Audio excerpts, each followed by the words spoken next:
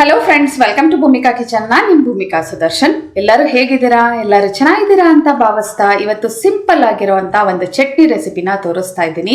ಬದನೆಕಾಯಿ ಟೊಮೆಟೊ ಉಪಯೋಗಿಸ್ಕೊಂಡು ಆಂಧ್ರ ಸ್ಟೈಲಿನ ಪಚಡಿ ಮಾಡೋದು ಹೇಗೆ ಅಂತ ತೋರಿಸ್ತಾ ಇದ್ದೀನಿ. ನಮ್ಮಲ್ಲಿ ಇದನ್ನು ಚಟ್ನಿ ಅಂತ ಹೇಳ್ತೀವಿ. ಇದಂತೂ ತುಂಬಾ ರುಚಿಯಾಗಿರುತ್ತೆ. ಜೋಳದ ರೊಟ್ಟಿ, ಅಕ್ಕಿ ರೊಟ್ಟಿ ಎಲ್ಲದ್ರ ಜೊತೆನೂ ಒಳ್ಳೆ ಕಾಂಬಿನೇಷನು. ಬನ್ನಿ ಮಾಡೋದು ಹೇಗೆ ಅಂತ ನೋಡ್ಕೊಳ್ಳೋಣ. ಸ್ಟವ್ ಆನ್ ಮಾಡಿಕೊಂಡು ಬಾಣಲಿ ಒಳಗಡೆ 1 ಟೇಬಲ್ ಸ್ಪೂನ್ ಧನಿಯಾ, 1 ಟೀ ಸ್ಪೂನ್ ಜೀರಿಗೆ ಹಾಕೊಂಡು ಒಳ್ಳೆ ಘಮ ಬರೋವರೆಗೂ ಫ್ರೈ ಮಾಡ್ಕೊಳ್ತೀನಿ. ಧನಿಯಾ ಜೀರಿಗೆದು ಘಮ ಶುರು ಆಗ್ತದೆ. ಹಾಗೆ ಮೆಣಸಿನ್ಕಾಯಿ 8, ನಿಮ್ಮ ಖಾರಕ್ಕೆ ತಕ್ಕ ಹಾಗೆ ನೋಡ್ಬಿಟ್ಟು ಹಾಕೊಳ್ಳಿ. 4 ಬ್ಯಾಡಗಿ 4 ಗುಂಟು ಹಾಕಿದ್ದೀನಿ.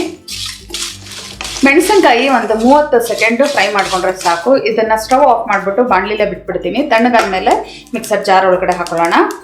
ಸ್ಟವ್ ಆನ್ ಮಾಡಿಕೊಂಡು ಅದೇ ಬಾಣಲಿ ಒಳಗಡೆ 2 ಟೇಬಲ್ ಸ್ಪೂನ್ ಎಣ್ಣೆ ಹಾಕಿದ್ದೀನಿ. ಎಣ್ಣೆ ಒಂಚೂರು ಬಿಸಿ ಆಗ್ತಿದೆ. ಹಾಗೆ ಬದನೆಕಾಯಿ 1/4 kg ಉಂಡೆ ಬದನೆಕಾಯಿ ಉಪಯೋಗಿಸ್ತೀನಿ.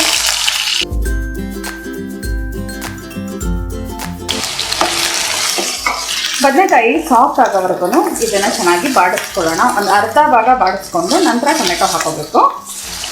ಬದನೆಕಾಯಿನ 1 2 3 ನಿಮಿಷ ಚೆನ್ನಾಗಿ ಫ್ರೈ ಮಾಡ್ಕೊಂಡಿದ್ದೀನಿ. ಇವಾಗ ಹುಳಿಗೆ ತಕ್ಕಷ್ಟು ಹುಣಸೆ ಹಣ್ಣು, 1 ಮೆಣಸಿನ್ಕಾಯಿ, ನಿಮ್ಮ ಖಾರಕ್ಕೆ ಎಷ್ಟು ಬೇಕೋ ನೋಡ್ಕೊಂಡು ಹಾಕೊಳ್ಳಿ. ಟೊಮೆಟೊ 2 ಜಾಮ್ ಟೊಮೆಟೊ ಉಪಯೋಗಿಸ್ತಾ ಇದ್ದೀನಿ.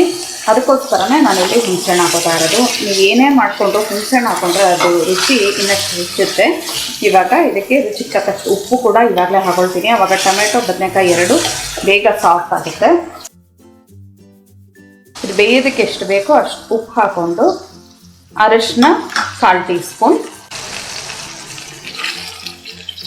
ಅರಿಶಿನ ಉಪ್ಪು ಎಲ್ಲ ಹಾಕಿದ ನಂತರ ಚೆನ್ನಾಗಿ ಒಂದ್ಸಲ ಮಿಕ್ಸ್ ಮಾಡಿಕೊಂಡು ಒಂಚೂರು ಟೊಮೆಟೊ ಬಾಡ್ತಿದ್ದ ಹಾಗೆ ಲಿಡ್ ಕ್ಲೋಸ್ ಮಾಡಿಕೊಂಡು ಇದು ಸಾಫ್ಟ್ ಆಗೋವರೆಗೂ ಚೆನ್ನಾಗಿ ಬೇಯಿಸ್ಕೊಳ್ತೀನಿ. ಟೊಮೆಟೊ ಒಂಚೂರು ಸಾಫ್ಟ್ ಆಗ್ತಿದ್ದ ಹಾಗೆ ಹಸಿ ಘಮ ಹೋಗ್ತಿದ್ದ ಹಾಗೆ ಲೋ ಫ್ಲೇಮ್ ಮಾಡಿ ಲಿಡ್ ಕ್ಲೋಸ್ ಮಾಡಿದ್ದೀನಿ. 4 ರಿಂದ 5 ನಿಮಿಷ ಲೋ ಫ್ಲೇಮಲ್ಲೇ ಬೇಯಿಸ್ಕೊಂಡಿದ್ದೀನಿ. ಮಧ್ಯೆ ಒಂದು 2-3 ಸಲ ಇದನ್ನು ಲಿಡ್ ಓಪನ್ ಮಾಡಿ ಮಿಕ್ಸ್ ಮಾಡ್ಕೊಂಡಿದ್ದೀನಿ. ಇಲ್ಲಾಂದರೆ ತಳ ಹತ್ತೋ ಚಾನ್ಸಸ್ಗಳಿರುತ್ತೆ. ಇವಾಗ ಕೊನೆಯಲ್ಲಿ 1 ಟೇಬಲ್ ಸ್ಪೂನ್ ಕೊತ್ತಂಬರಿ ಸೊಪ್ಪು ಇದನ್ನು ಹಾಕಿ ಮಿಕ್ಸ್ ಮಾಡಿಕೊಂಡು ಸ್ಟವ್ ಆಫ್ ಮಾಡ್ಕೊಳ್ತಾ ಇದ್ದೀನಿ. ಇವಾಗ ಇದನ್ನು ಪಕ್ಕಕ್ಕೆ ಎತ್ತಿಟ್ಬಿಡೋಣ. ಇದು ಕಂಪ್ಲೀಟಾಗಿ ತಣ್ಣಗಾಗಲಿ, ನಂತರ ಚಟ್ನಿಗೆ ರುಬ್ಕೊಂಡ್ರಾಯ್ತು. ಮೊದಲು ಧನಿಯಾ, ಜೀರಿಗೆ, ಮೆಣಸಿನ್ಕಾಯಿನ ಫೈನಾಗಿ ಪೌಡರ್ ಮಾಡ್ಕೊಳ್ತೀನಿ. ಆದಷ್ಟು ನೈಸಾಗಿ ಪುಡಿ ಮಾಡ್ಕೊಂಡಿದ್ದೀನಿ. ಇವಾಗ ಬೇಯಿಸಿಟ್ಕೊಂಡಿರೋಂಥ ಟೊಮೆಟೊ ಬದನೆಕಾಯಿನೆಲ್ಲ ಇದರೊಳಗಡೆ ಹಾಕೊಳ್ಳೋಣ. ಇದಕ್ಕೆ ನೀರು ಹಾಕೋದು ಬೇಡ, ಹಾಗೆ ರುಬ್ಕೊಳ್ಳೋಣ. ಬ್ಲೆಂಡ್ ಮಾಡ್ಕೊಂಡು ರುಬ್ಕೋಬೇಕು. ನೈಸಾಗಿ ರುಬ್ಬೇಡಿ. ಚಟ್ನಿ ಯಾವ ಥರ ತರತರಿಯಾಗಿ ಅಂದರೆ ಒಂಥರ ಬ್ಲೆಂಡ್ ಮಾಡ್ತೀವೋ ಆ ಥರ ಬ್ಲೆಂಡ್ ಮಾಡ್ಕೊಂಡು ರುಬ್ಕೊಂಡ್ರೆ ಸಾಕು. ಇದನ್ನು ಈ ಹದದಲ್ಲಿ ಒಂದು ಸ್ವಲ್ಪ ತರತರಿ ಅಂದರೆ ಜಸ್ಟ್ ಬ್ಲೆಂಡ್ ಮಾಡಿಕೊಂಡ್ರೆ ಸಾಕು. ತುಂಬ ನೈಸಾಗಿ ಇದು ಮಾಡೋಕ್ಕೆ ಹೋಗ್ಬೇಡಿ. ಲೈಟಾಗಿ ಬದನೆಕಾಯಿ ಟೊಮೆಟೊ ಒಂದು ಚೂರು ಬಾಯಿಗೆ ಸಿಗ್ತಾ ಇದ್ದರೆ ತುಂಬ ಚೆನ್ನಾಗಿರುತ್ತೆ. ಇದನ್ನು ಬೌಲ್ಗೆ ಹಾಕ್ಕೊಂಡು ಒಗ್ಗರಣೆ ಹಾಕ್ಕೊಡ್ತೀನಿ.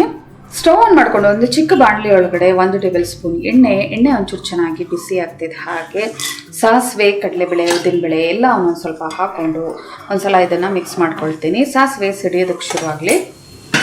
ಸಿಡಿಯೋದಕ್ಕೆ ಶುರು ಆಗ್ತಿದ್ದ ಹಾಗೆ ಒಂದು 5 ರಿಂದ 6 ಎಸಳು ಬೆಳ್ಳುಳ್ಳಿನ ಜಜ್ಜಿಬಿಟ್ಟು ಹಾಕೋಬೇಕು. ಬೆಳ್ಳುಳ್ಳಿ ಒಳ್ಳೆ ಘಮ ಬರೋವರೆಗೂ ಫ್ರೈ ಮಾಡ್ಕೊಳ್ತೀನಿ. ಬೆಳ್ಳುಳ್ಳಿ ಒಳ್ಳೆ ಘಮ ಬರೋಕ್ಕೆ ಶುರು ಆಗಿದೆ. ಇವಾಗ ಕರ್ಬೇವಿನ ಸೊಪ್ಪು ಹಾಕ್ಕೊಂಡು ಸ್ಟವ್ ಆಫ್ ಮಾಡ್ಕೊಂಬಿಡೋಣ. ಇದನ್ನು ಚಟ್ನಿ ಮೇಲೆ ತೆಗೆದು ಹಾಕೊಳ್ಳೋಣ. ಒಗ್ಗರಣೆ ಹಾಕೋದಕ್ಕಿಂತ ಮುಂಚೆ ಈ ಒಂದು ಪಚಡಿ ಅಥವಾ ಚಟ್ನಿಗೆ ಸಣ್ಣದಾಗಿ ಕಟ್ ಮಾಡ್ಕೊಂಡಿರೋಂಥ ಈರುಳ್ಳಿನ ಮೇಲ್ಗಡೆ ಉದುರಿಸ್ಕೊಳ್ತಾ ಇದ್ದೀನಿ. ಒಂದು ಚಿಕ್ಕ ಸೈಜ್ ಈರುಳ್ಳಿ, 2 ಟೇಬಲ್ ಸ್ಪೂನ್ ಬರೋಷ್ಟು ಈರುಳ್ಳಿ ಹಾಕೊಂಡಿದ್ದೀನಿ. ಇವಾಗ ಒಗ್ಗರಣೆ ಹಾಕೊಳ್ತೀನಿ.